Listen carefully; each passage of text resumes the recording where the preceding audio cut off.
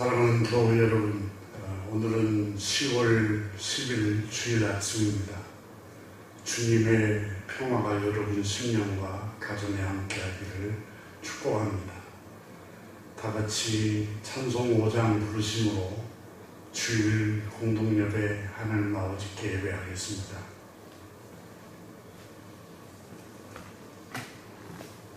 이 천지간 만물들아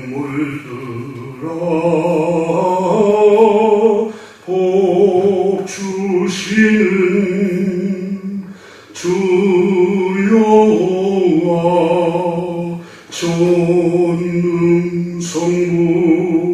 성자 성령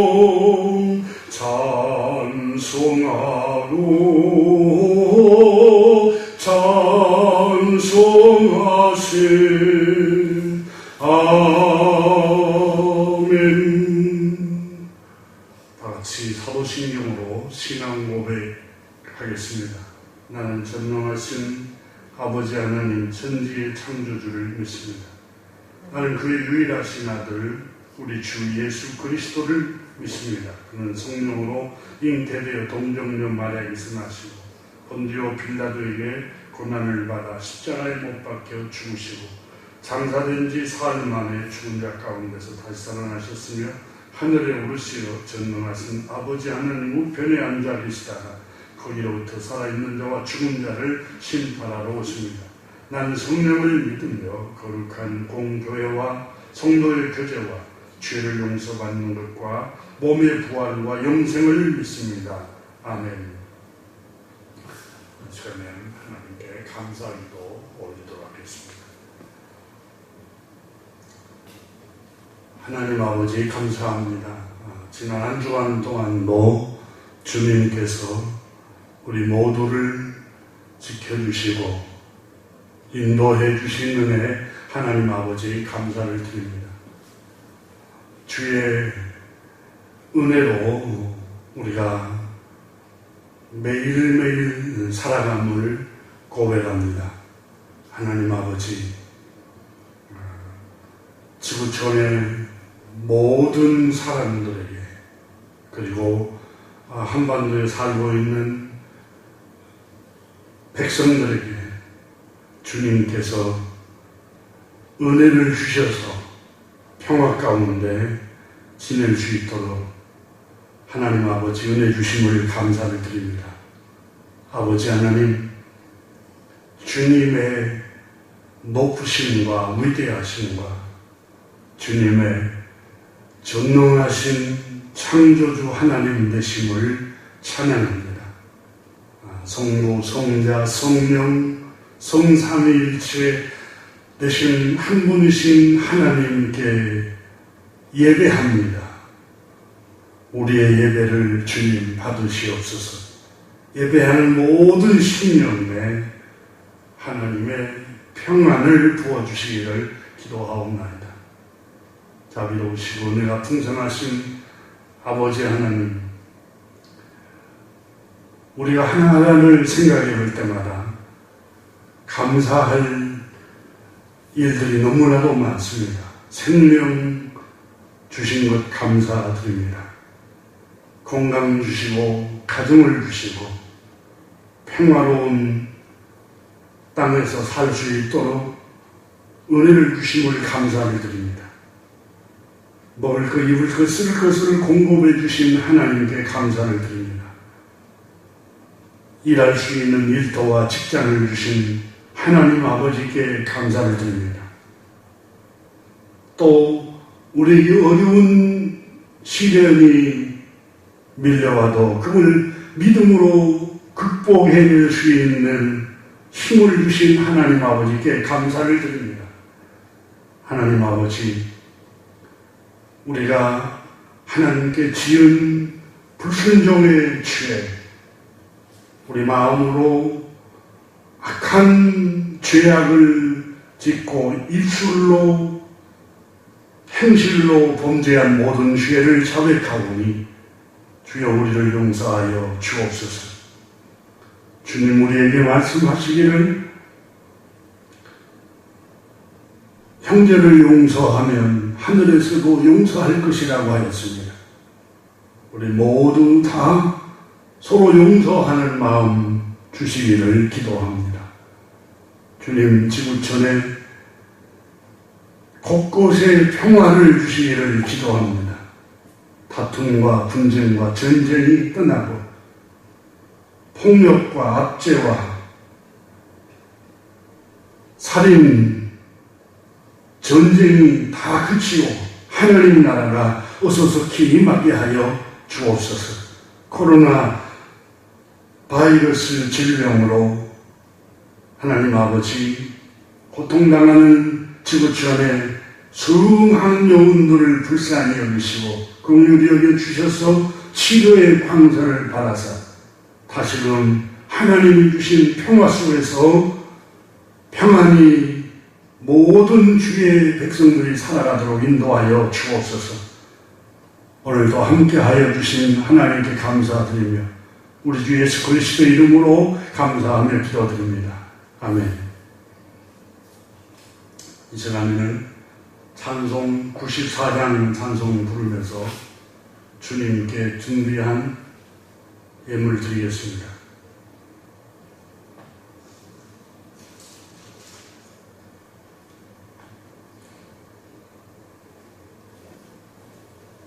주 예수보다도 귀한 것은 없네. 이 세상 무기와 바꿀 수 없네. 영주는 내 대신 돌아가신 그 놀라운 사랑 잊지 못해. 세상 즐거움 다 버리고 세상처럼 나 버렸네.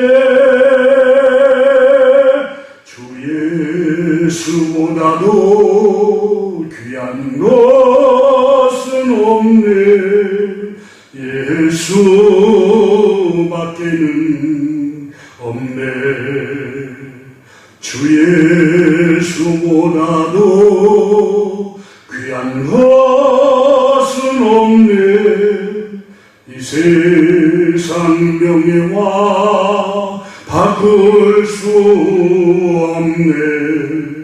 이전에 즐기던 세상 일도 주 사랑하는 마음 잊지 못해.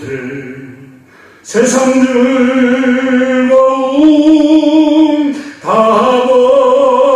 버리고 세상처럼 다 버렸네.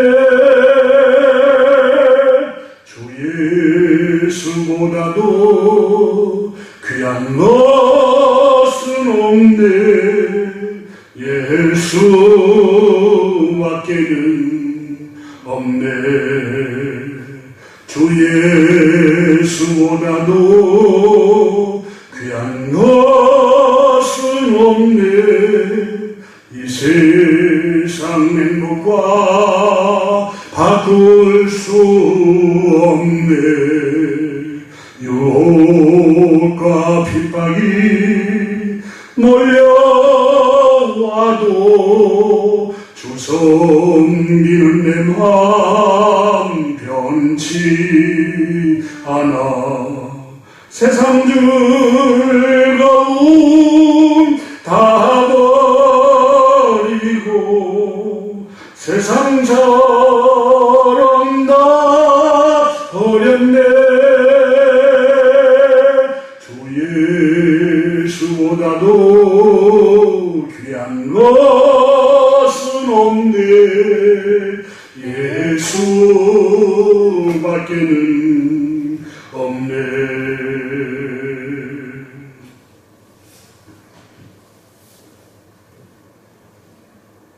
오늘 주시는 하나님의 말씀은 로마서 1장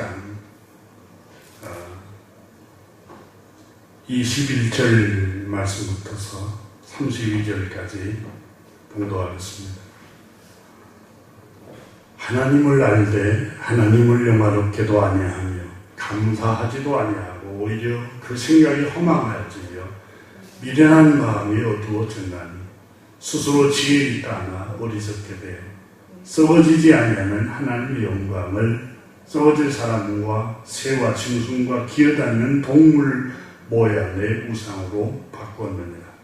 그러므로 하나님께서 그들을 마음의 정욕대로 더러움에 내버려 두사 그들의 몸을 서로 욕되게 하셨으니 이는 그들이 하나님의 진리를 거짓으로 바꾸어 피조물을 조물주보다 더 경배하고 섬김이라.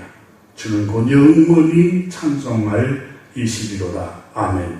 이 때문에 하나님께서 그들을 부끄러운 욕심에 내버려 두셨으니 곧 그들의 여자들도 순리대로 쓸 것을 바꾸어 영리로 쓰며 그와 같이 남자들도 순리대로 여자 쓰기를 버리고 서로 향하여 음욕이 불릴 듯하며 남자가 남자와 더불어 부끄러운 일을 행하며 그들의 그릇 때문에 상당한 보응을 그들 자신이 받았느니라.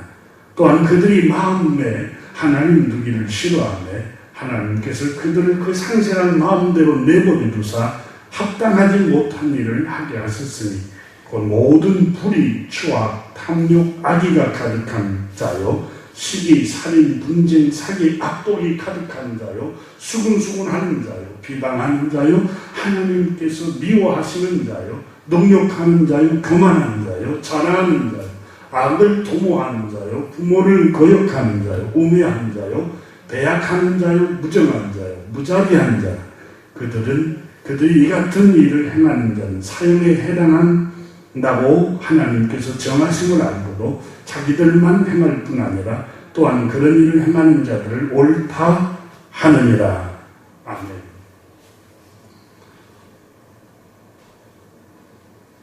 잠깐 하나님께 기도하고 말씀 듣도록 하겠습니다. 하나님 아버지 감사합니다. 오늘 이 아침에 주님의 이름으로 귀한 물질을 봉헌합니다. 드리는 손길마다 주님께서 약속하신 말씀 그대로 이루어 주시기를 축복하며 기도합니다.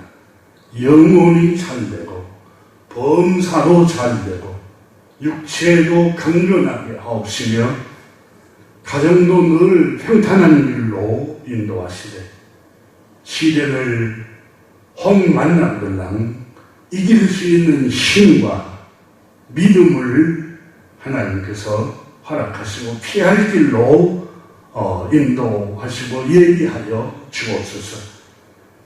하나님 아버지 말씀을 함께 나눌 때 성령님이 함께 오셔서 우리 모든 예배하는 신령에 한량없는 하나님의 은혜와 평강을 부어 주옵소서.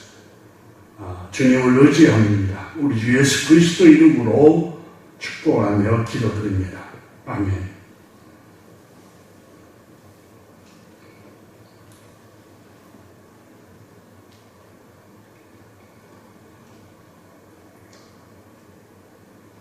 서로 우리 함께 주님의 평화가 함께하기를 축복합니다. 축복합시다. 주님의 평화가 함께하기를 축복합니다.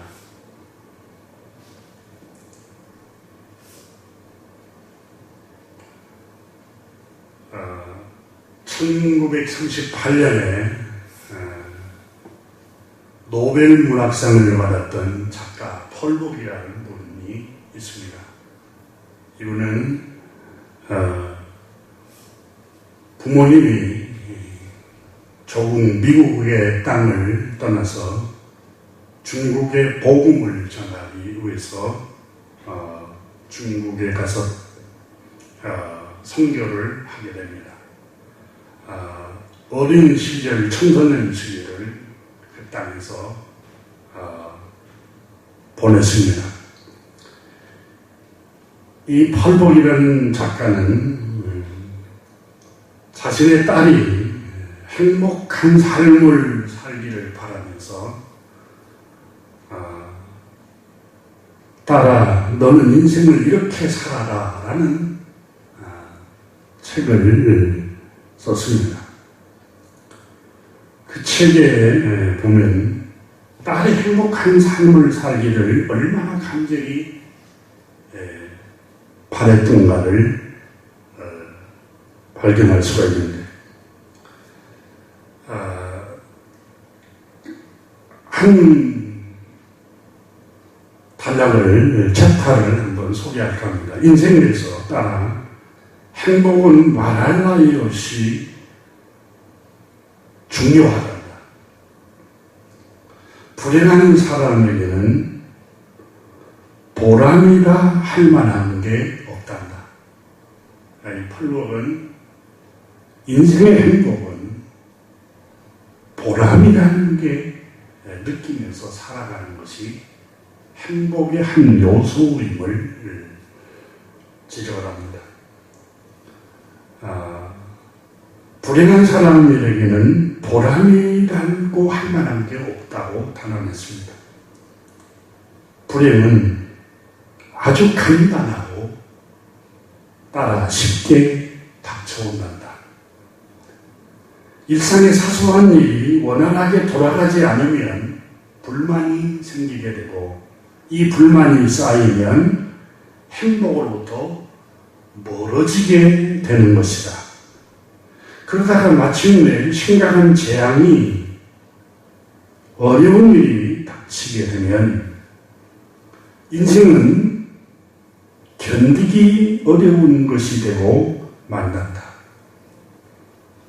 자신의 재능, 자신의 견해, 주변 환경을 견딜 수 없게 느껴지고, 어떻게 하면 이 불행을 피할 수 있을 것인가 생각한다.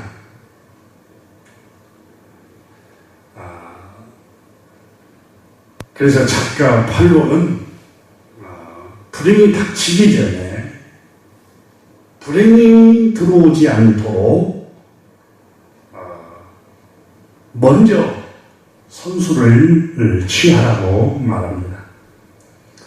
그것은 우리에게 주님께서 선물로 주신 기회, 젊음, 시간 허비하지 말고 너의 미래를 위해서 잘 활용하는 것이 불행을 막는 방법이라고 거기서 언급합니다. 폴록은 다음과 같이 계속해서 언급합니다. 인생이 내게 가르쳐준 가장 중요한 교훈은, 행복이라든가 만족을 얻고 싶다면 그것을 위해 계획을 세워야 한단다. 그리고 그 계획이 이루어지도록 끊임없이 자기 절제와 노력을 해야 한단다. 세상 어느 누구도 행복한 만족을 약속해 주지는 않는단다.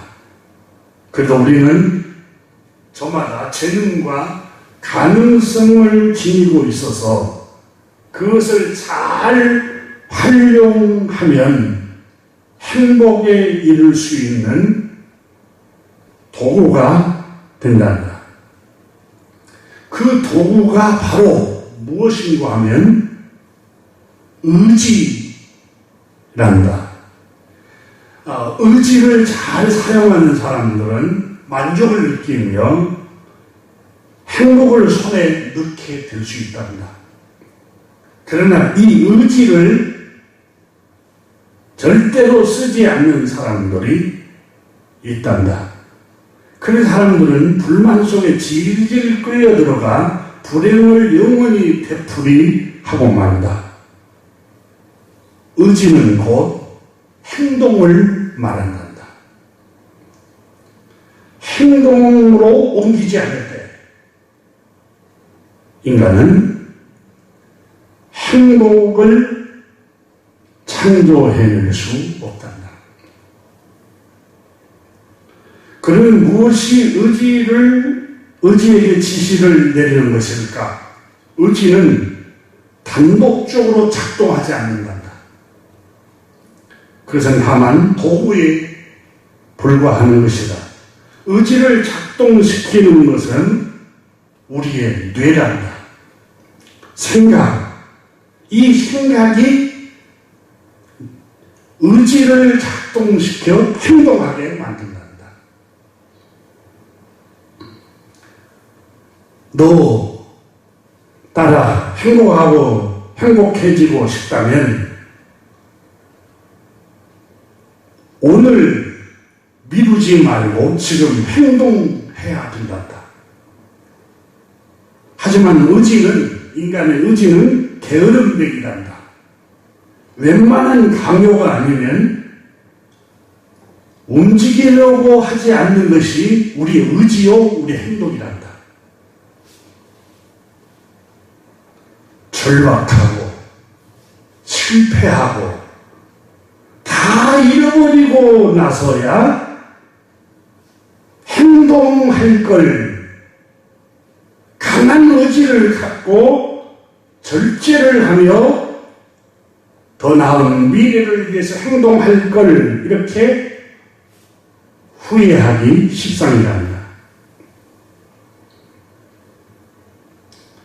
그래서 우리의 두뇌는 다시 명령을 내린단다. 이것을 하지 않으면 안 돼.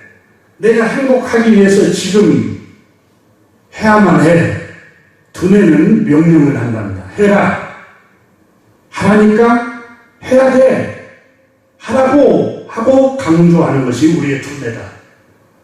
아침에 두뇌는 할 일이 있다고 하면 의지가 너를 깨운다. 두뇌는 계획자이며 의지는 실행자인 것이다.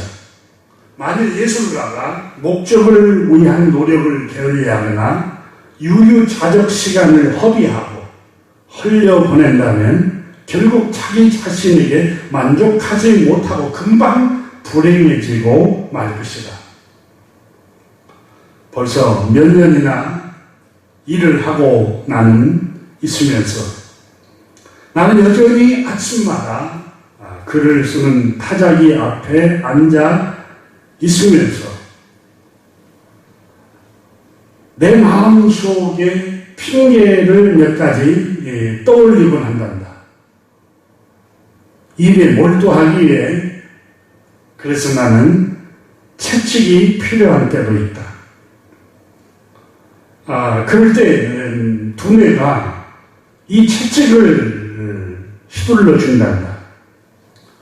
지금 꼭 내가 하는 일, 이 펄본 작가라는 일이 글 쓰는 게 자기의 직업이었기 때문에 그 일을 아침에 게을리하고 신문을 읽어야지. 또 꽃에 물을 먼저 주어야지. 또 걸려오는 전화를 받아서 소식을 답변을 해줘야지. 이런 생각들이 내가 하는 일을 자꾸 해방을 놓고 나를 게으른 방향으로 이끌어 가곤 한단다. 그때마다 내 뇌의 생각, 두뇌는 그런 것에 시간을 허비하지 마. 너의 미래에, 너의 앞날의 행복을 위해서 너의 일에 충실해. 이렇게 두뇌가 자극을 주면 결국 의지가 행동에 나선단다. 나는 오래전에 이렇게 글을 쓸 때도 감정의 좌우가 돼서는 안 된다는 것을 깨달았단다. 의지는 기분을 외면하고 두뇌에 작용하며, 두뇌는 처음에는 내키지 않아도 억지로라도 일을 시작하는 습관을 들이도록 돕는단다. 항상 감정, 기분이 먼저 앞서면 의지와 두뇌는 게으른 습성으로 전락해버리고 마는 것이다. 두뇌와 의지의 관계는 특히 예수를 익히기 위해서 시작한 초기에는 이해하기엔 다소 어려울 수도 있단다. 어떤 일을 배우더라도 어느 그 정도 단조로운 반복이 있기 마련이다. 따라서 매우 지루하단다. 가령 음악만 한다고 해도 연습을 하지 않으면 연주할 수 없지. 또한 연습하는 동안 단조롭고 너무 지루하단다. 하지만 연습을 계속해서 간단한 곡이라도 완벽하게 마스터하면 실제로 연주할 수 있게 되었을 때 기쁨이란 이루 말할 수 없단다.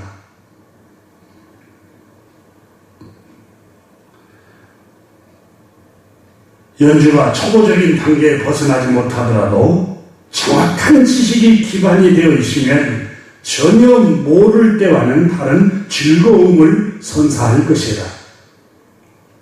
물론 조각을 배우는 것도 마찬가지랍니다.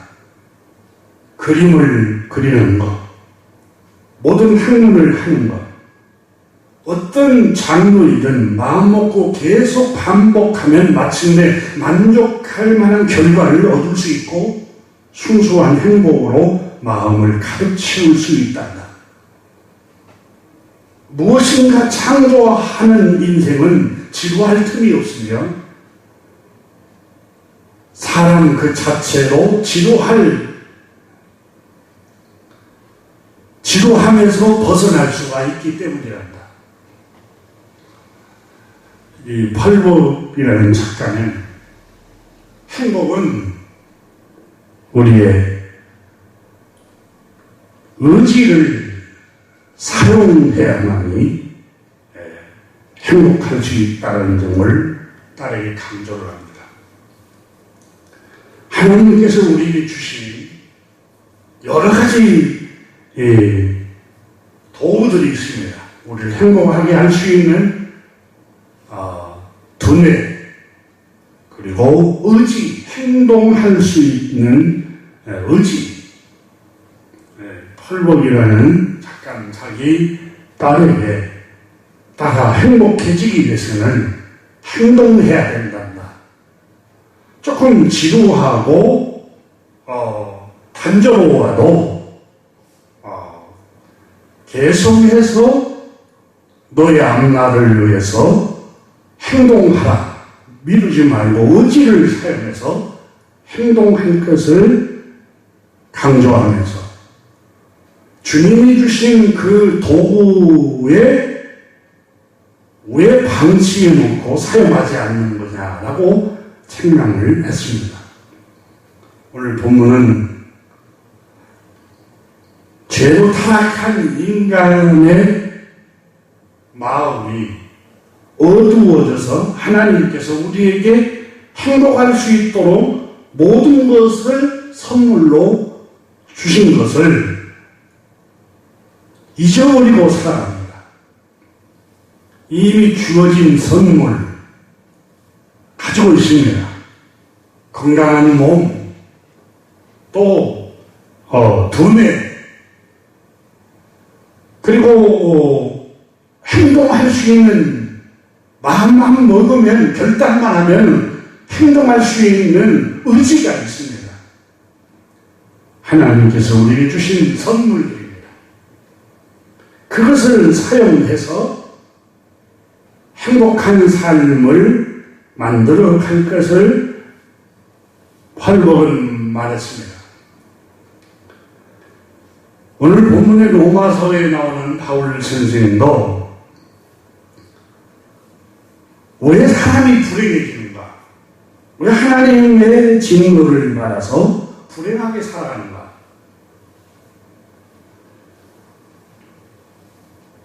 하나님께서 주신 여러 가지 선물을 받았음에도 불구하고 마음의 눈이 어둡고 영적인 눈이 어두워서 그것이 은혜인 줄 모르고 살아갑니다. 사용할 줄도 모르고 원망하고 불평하고 터덜거리면서 살아갑니다. 사람이 가장 큰 불행은 마음이 어두워지는 겁니다. 주님이 주신 여러 가지 선물을 받았음에도 불구하고 그게 선물인 줄도 몰라요. 사용할 줄을 몰라요. 행복을 읽을 수 있는 선물들이 누구나도 많이 주어졌습니다. 젊음, 시간, 재능, 건강, 기회. 그런데 우리는 가만히 움직이지 않고 내 소원, 내 마음의 꿈이 이루어지기만을 바라는 게으름의 습성이 죄성이 있습니다. 그것이 우리 마음을 또한 어둡게 합니다. 성경에 보면 마음을 어둡게 하는 그 중에 하나가 자기 마음의 욕망, 욕심이라고 말을 하고 있습니다. 이 욕망, 욕심이 마음을 어둡게 한다. 야고보서 1장 13절 이하에 보면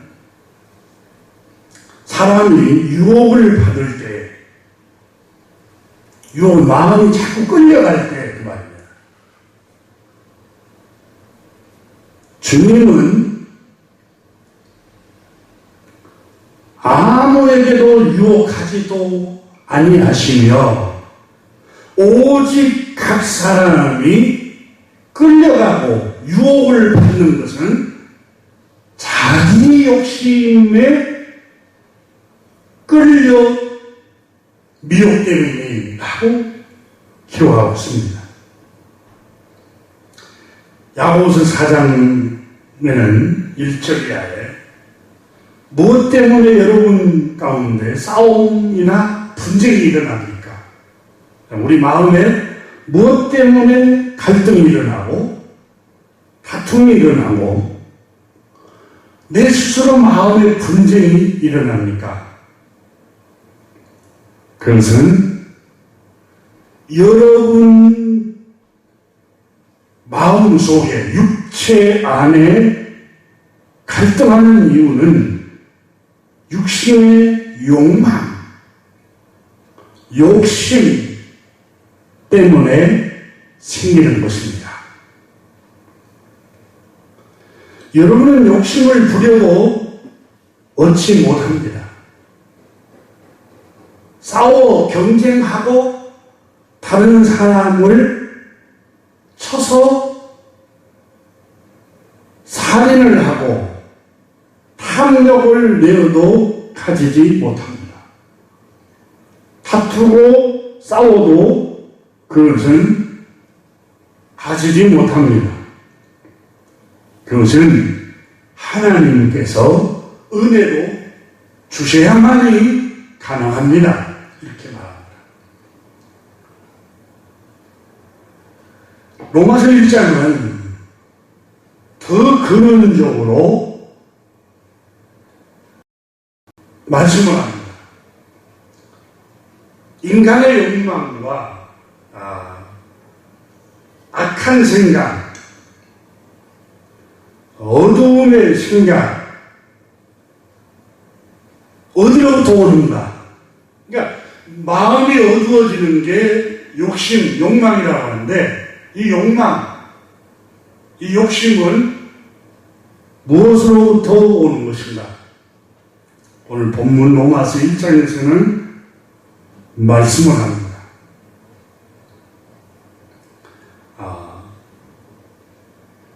1장 주님께서 이렇게 말씀합니다.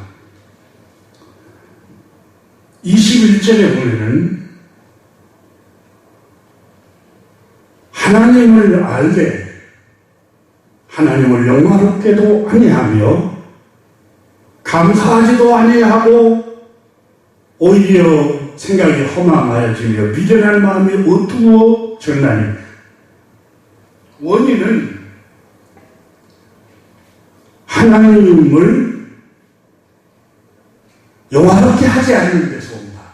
영화롭게 하지 않는다는 말은 하나님을 첫 자리에 모시고 우선순위에 두지 않고 그분을 예배하지 아니할 때 사람 마음은 어두워진다는 겁니다.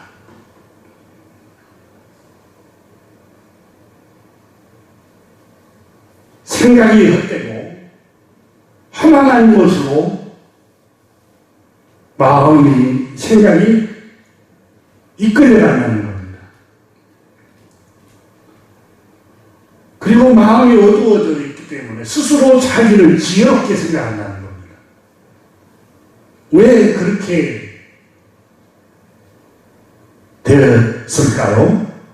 하나님을 경배하지 않고 창조주 하나님을 첫 자리에 모시지 않고 그분께 영광을 돌리지 않고 그분의 말씀을 두려워하지 아니함으로 마음이 어두워져 버리고 생각이 허망한 생각이 들게 된다고 말씀을 합니다.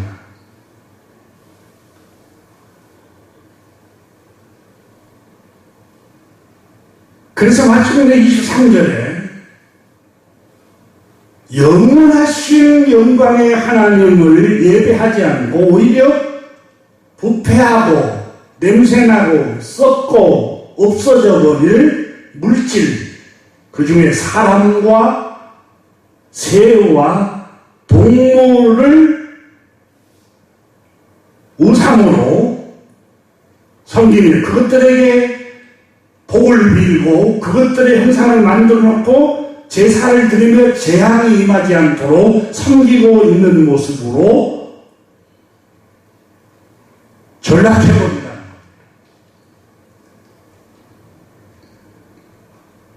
여기서 마음이 미련하다라는 의미는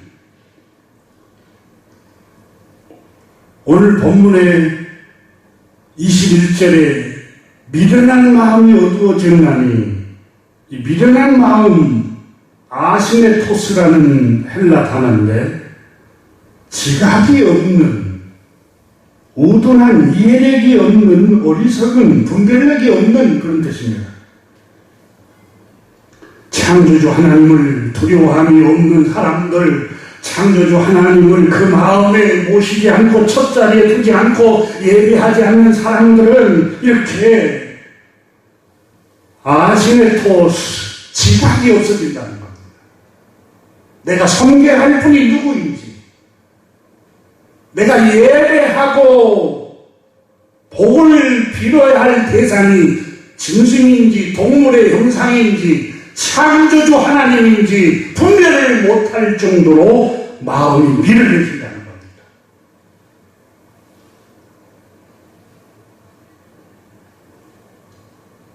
마음이 어두워졌다. 이 어두워지다라는 단어는 스코티조라는 단어인데 어둡게 되다. 어두움이 뒤덮어버리다. 흑암, 인간의 마땅히 행해야 할 의무에 대한 무지함, 어두움, 흑암이라는 뜻입니다. 여러분, 캄캄한 어두움이 있으면 어떤 현상이 일어납니까? 분별을 못합니다. 식별을 못합니다. 너무 캄캄하고 빛이 없으면 춥습니다. 자, 마음이 어두워졌다라는 이 말씀은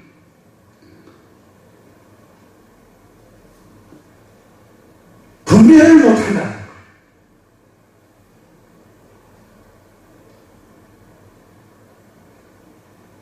그래서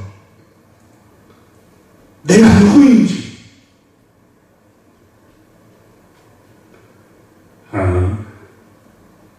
내 생명과 호흡이 어디서부터 어디로부터 왔는지 분별을 못해요.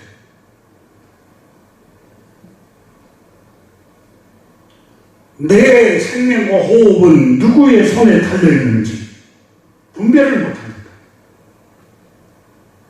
욕심을 내고 다투고 싸우면 이루어질 것이라고 생각하는데 이루어지지 않습니다. 하나님 은혜를 주셔야 됩니다. 그러면서 22절에 로마서 1장 22절에 스스로 지혜에 있다 하나 마음이 어두워지니까 자기 자신을 스스로 지혜롭다고 생각하는 겁니다. 하나님을 경외했던 잠언이 나오는 아합이라는 사람은 주님 나는 지혜가 부족하고 어리석기 짝이 없는 미천한 사람입니다. 주님 나는 짐승만도 못한 어리석은 사람에 불과합니다. 스스로 교만한 생각을 품지 않으십니다. 왜 그렇습니까? 그 안에 생명의 근원 되신 하나님이 계시기 때문에 하나님을 두려워하는 마음이 있기 때문에 마음이 교만하지 않습니다. 아브라함이 소돔 성이 멸망당할 위기에 처해 있을 때 하나님께서 심판하실 때에 직전에 자기 조카 롯을 위해서 기도하면서 하나님 티끌만도 못한 감히 티끌만도 못한 존재가 감히 하나님께 아뢰나이다 이렇게 고백했습니다. 그는 당시에도 318명의 군사를 사병을 거느리고 있을 만큼 부자입니다. 그럼에도 불구하고 자기 자신이 얼마나 연약한 존재요, 어리석은 존재인가를 깨달은 이유는 마음에 하나님을 두려워하고 있었기 때문에 그렇습니다. 가는 곳마다 하나님께 예배하였습니다. 하나님께 영광을 드렸습니다. 그의 손자 야곱도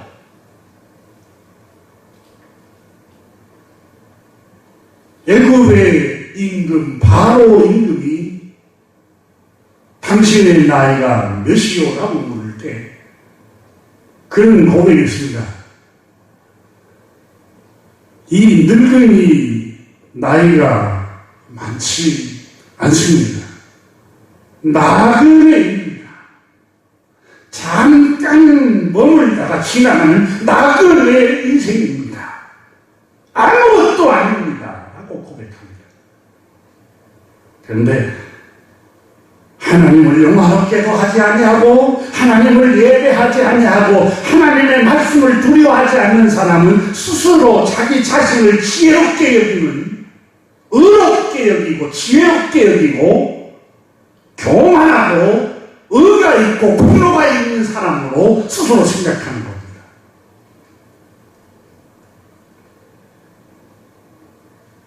하나님을 영화롭게 아니하고 감사하지 아니하고 이런 사람들은 스스로 22절에 오늘 본문은 지혜 있다고 스스로 생각하지만 실상은 바보 같은 자들입니다. 어리석은 사람들입니다. 하고 바울 선생이 로마에 있는 신자들에게 편지를 보내고 있습니다.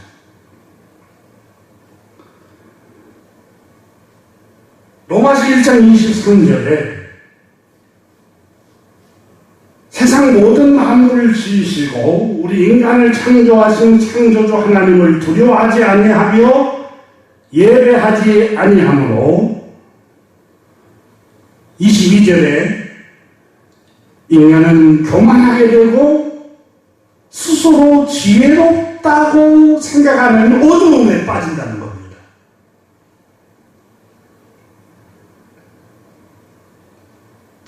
창조주 하나님의 말씀을 두려워하지 않고 하나님을 예배하지 않는 사람은 스스로 자기 자신을 어렵게 생각하며 교만하게 지혜롭다고 생각한다는 거예요.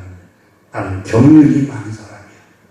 나는 IQ가 높은 사람. 나는 민감한 감각을 지닌 사람이야. 나는 통찰력이 있는 사람이야. 나는 지식 있고 지혜가 있는 사람이야.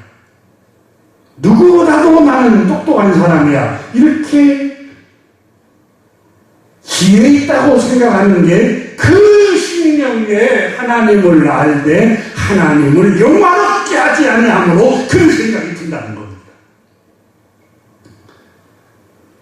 지금으로부터 3300년 전에 하나님의 사람 모세도 신명기 17장에 이렇게 말했습니다. 이스라엘 자손과 너희 중에 한 형제가 왕위에 오르거든 이 율법서 하나님의 말씀을 등사하여 복사하여 카피해서 내 사랑 제사장 앞에서 책에 기록하여 평생에 자기 곁에 두고 읽어라.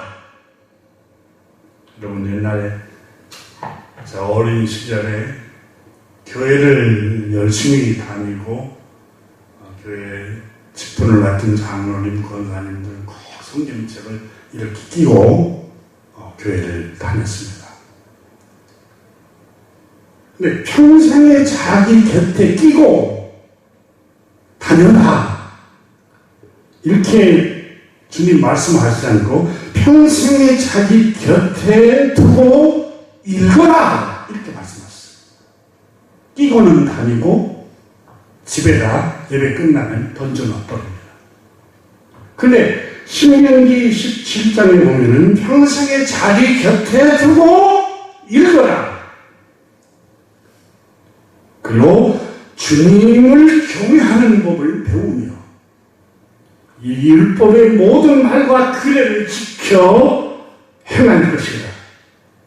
그렇게 하면 그의 마음이 그 형제 위에 교만하지 아니하며 스스로 왜 지혜에 있다라고 생각합니까? 하나님의 말씀이 그 심령에 없기 때문에 그렇습니다. 평생에 자기 곁에 이 하나님의 말씀을 두고 주야로 그 말씀을 묵상하며 되새김질하면서 그 말씀을 두려워할 때에 주님을 배우게 되며 교만하지 않습니다.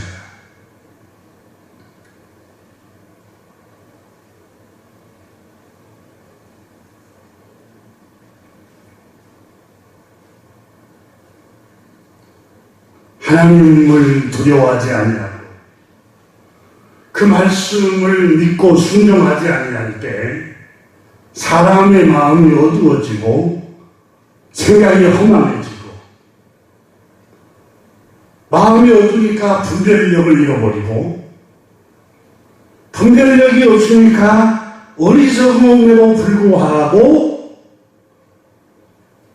영원하신 하나님을 예배하지 않고 썩어 없어질 사람, 짐승, 새, 파충류 이런 것들을 우상으로 만들어 놓고 그것들에게 절하고 그것들에게 복을 빌고 그것들에게 재앙이 임하지 않고 우환이 가정에 임하지 않도록 복을 비고 제사를 드리는데 이것이 여러분 얼마나 어리석고 미련한 모습입니까? 그런데 사람은 스스로 지혜롭다고 생각한다는 거예요.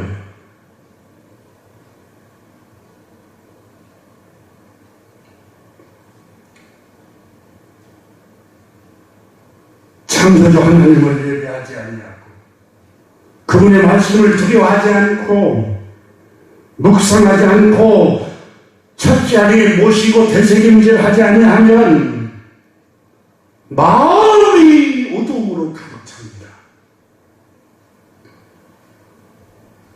두려워하지 않아야 할 것에 두려워하고 분별력을 상실해버립니다. 두려워하지도 않아야 할 것들에 두려움을 느끼고 불안에 시달립니다. 천둥만 쳐도 불안하고 해일만 일어나도 불안해서 하나님이 만물을 주관하신 창조주 하나님이신데 그분이 만물을 다 주관하시는 분인데 그 지은 물건을 두려워합니다. 이것이 마음에 하나님 두기를 싫어하는 사람들의 모습입니다.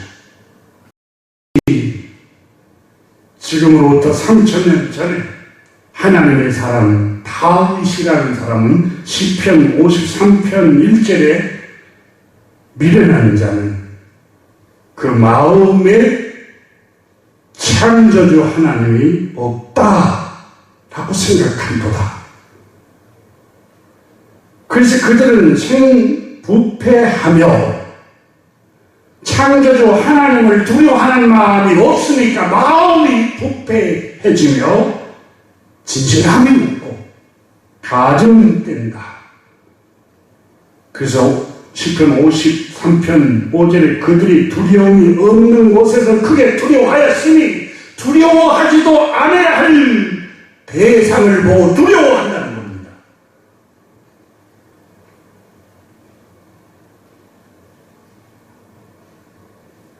이것은 하나님의 흩으심이라 그렇습니다. 창조주 하나님, 만물을 지으신 창조주 하나님을 두려워해야 할 분입니다. 근데 새를 두려워하고 동물을 두려워하고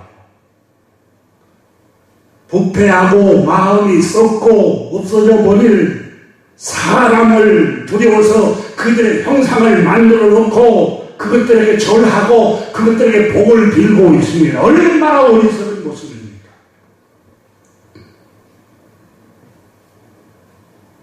사랑하는 교우 여러분, 창조주 하나님을 마음의 첫자리에 모시고 그 말씀을 두려워하고 그 말씀을 대세경쟁하고 그 말씀을 순종하는 삶을 살 때 하나님은 우리에게 강하고 담대한 마음을 주십니다. 사무엘상 17장에 보면 17장 11절에 사울과 온 이스라엘이 블레셋 사람의 이 말을 듣고 놀라 크게 두려워합니다. 블레셋 사람 골리앗 말을 듣고 블레셋 사람의 군대를 보고 두려워했습니다. 전쟁터에 싸움에 나간 형들에게 아버지의 심부름 맞다가 사울 임금과 이스라엘 전군이 두려움과 불안에 떨고 있는 모습을 소년 다윗이 보았습니다.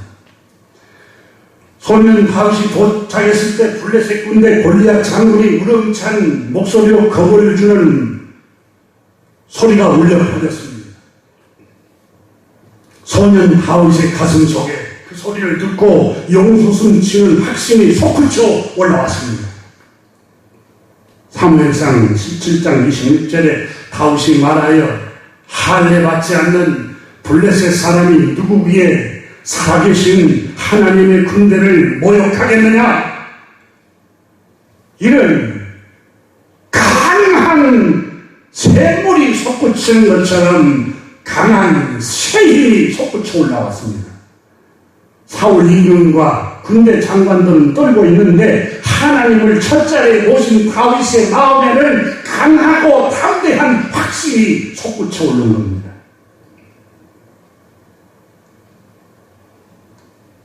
그래서 다윗을 사울에게 인도를 했을 때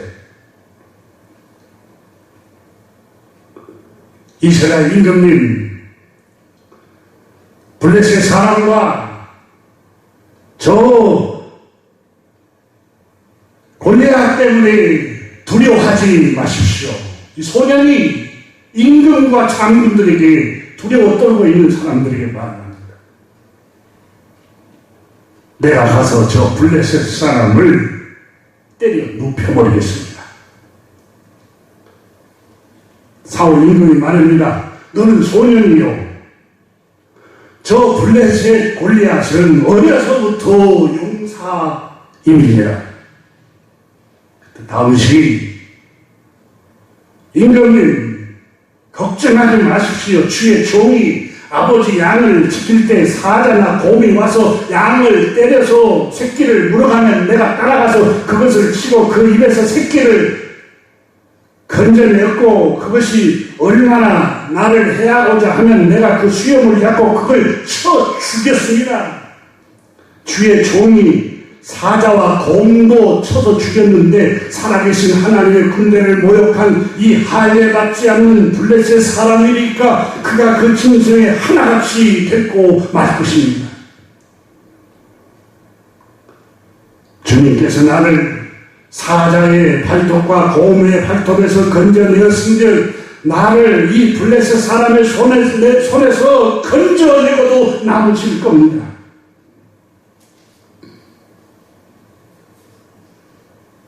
골리앗 장군도 창과 칼, 투구도 갑옷도 없이 막대기 하나만 달랑 들고 자기에게 오고 있는 소년 다윗을 보고 비웃었습니다. 업신여겼습니다.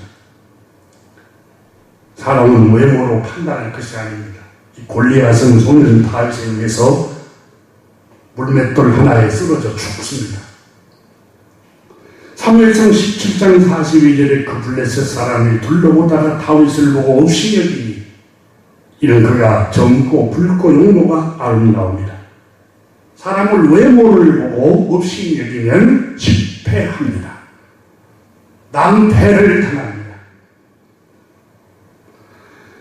골리앗이 말합니다. 내가 나를 개로 여기고 막대기를 가지고 내게 왔느냐. 칼과 창과 검은 가지고 오지 않고 막대기 하나만 가지고 왔느냐.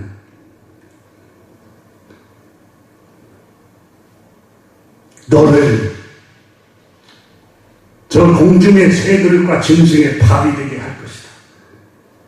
소년 다윗이 이스라엘 전군이 두려워 떨고 있고 사울 왕도 두려워하고 있는 이 환경 앞에 강하고 담대한 마음이 들었습니다. 똑같은 환경을 보고 하나님을 두려워하고 주님을 첫 자리에 모시고 주님을 예배하고 그 말씀을 붙들고 있는 다윗의 마음에는 강하고 담대한 마음이 들어옵니다. 다윗은 말했습니다. 소년 다윗은 너는 칼과 창으로 내게 나와오거니와 나는 전능하신 하나님 내가 모욕하는 이스라엘의 군대에 하나님의 이름으로 너에게 가노라. 오늘 주님께서 너를 내 손에 넘기시리니 내가 너를 쳐서 목을 베고 블레셋 군대의 시체를 오늘 공중에 세워 땅에 들짐승에게 주어 온 땅으로 이스라엘의 하나님이 살아계심을 알게 할 것이다. 여호와의 구원하심이 칼과 창에 달려있는 게 아니고 전쟁은 여호와께 전능하신 창조주 하나님께 속하여 나니 그가 너희를 우리 손에 넘기시리라고 담대한 말을 외치고 물맷돌 하나로 던졌는데 그 사울왕과 이스라엘 군대가 떨고 있는 골리앗이 이마가 맞아서 맞은 즉시 뻥 하고 쓰러져 죽어버리고 말았습니다. 소년 다윗은 사울 임금은 똑같은 환경을 보고 두려워합니다. 이스라엘 군대 장관도 두려워합니다. 소년 다윗은 똑같은 환경을 보고도 강하고 담대한 마음의 확실히 용솟음 치듯이 확실히 들었습니다. 왜 그렇습니까? 그 마음에 하나님을 첫자리에 모시고 있기 때문에 그렇습니다. 하나님의 말씀을 붙들고 있었기 때문에 그렇습니다. 시편 27편 소년 다윗은 고백했습니다. 여호와는 나의 빛이요 나의 구원이시니 내가 누구를 두려워하리요. 여호와는 내 생명의 능력이시니 내가 누구를 무서워하리요. 악인들이 내 살을 먹으려고 내게로 왔으나 나의 대적들 나의 원수들이 그들은 실족하여 넘어졌다. 군대가 나를 대적하여 징칠지라도 내 마음이 두렵지 아니하며 전쟁이 일어나 나를 치리할지라도 나는 여전히 태연하리로다. 사랑하는 교회 여러분, 이것이 마음에 하나님을 모신 삶의 담대함입니다. 강하고 담대한 용기입니다.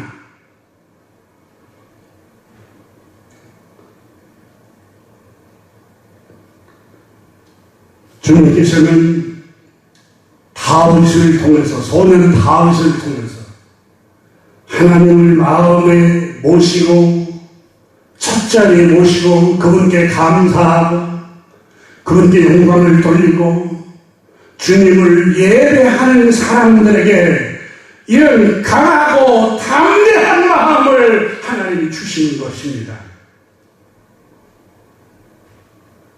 시편 16편에 다윗이 내가 여호와를 항상 내 앞에 모시며 그가 나의 오른편에 계심으로 내가 흔들리지 아니하리로다. 자꾸 마음이 불안하고 흔들리는 것은 주님을 첫자리에 모시지 않기 때문에 그렇습니다.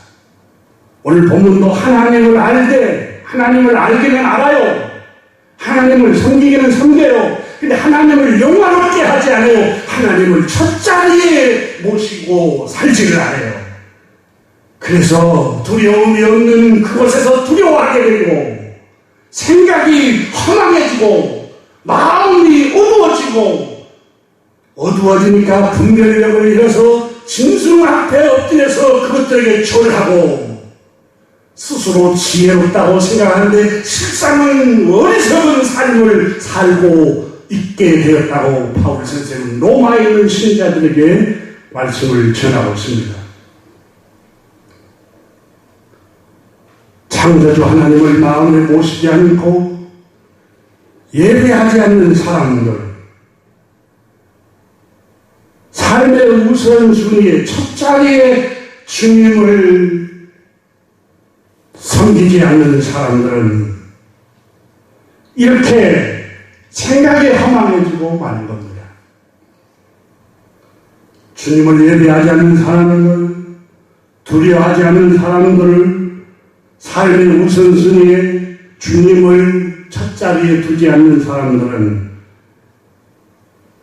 주님께서 오늘 본문에 진노하셔서 이렇게 마음이 어두워지고 생각이 미련해진다고 말씀하고 있습니다. 그리고 오늘 본문 24절 이하를 보십시오. 그러므로 하나님께서 그들을 마음에 정욕대로 내버려 두사 그 몸을 서로 욕되게 하셨으니 하나님께서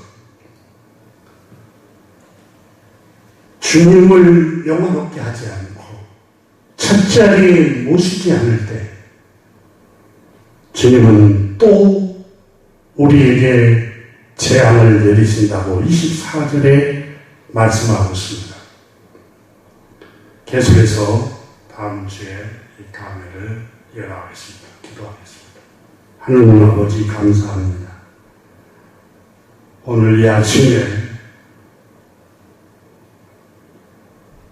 로마서를 공부하면서 우리 마음이 생각이 허망해지고 미련해지고 어두워지고 스스로 어리석음에도 불구하고 지혜롭다고 생각하는 원인에 대해서 함께 살폈습니다. 주님을 첫 자리에 모시게 하옵소서. 하나님을 아는데 그치지 않고 영광을 돌리고 경배하고 예배하고 그 말씀을 두려워하는 마음을 우리 마음의 첫 자리에 두고 살아가게 하옵소서. 우리 주 예수 그리스도 이름으로 축복하며 기도드립니다. 아멘.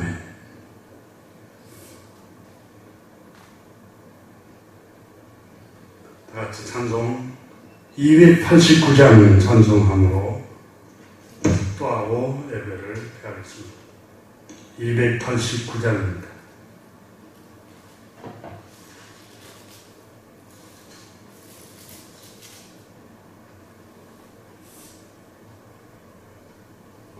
주 예수 내 맘에 들어와 계신 후 변하여 새 사람 되고 내가 늘 바라던 참빛을 찾음도 주 예수 내 맘에 오신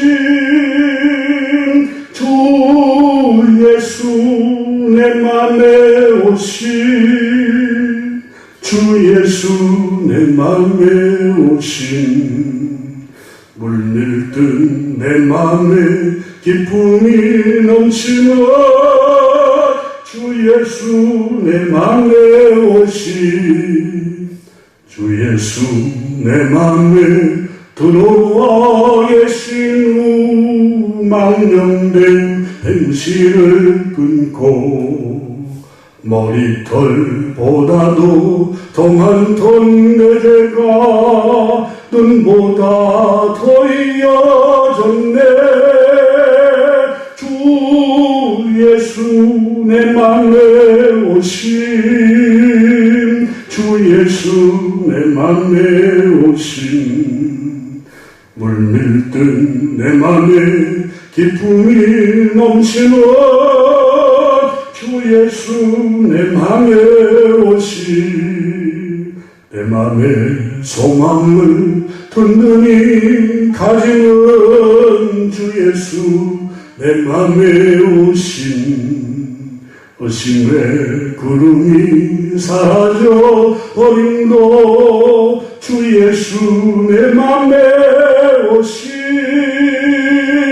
주 예수 오신 주 예수 내 맘에 오신 물밀듯 내 맘에 기쁨이 넘치는 주 예수 내 맘에 오신 사망의 음침한 골짜기 가다가 밝은 빛 호련히 비쳐 저 멀리 하늘 문 환하게 보임도 주 예수 내 맘에 오신 주 예수 내 맘에 오신 주 예수 내 맘에 오신 물밀듯 내 맘에 기쁨이 넘치는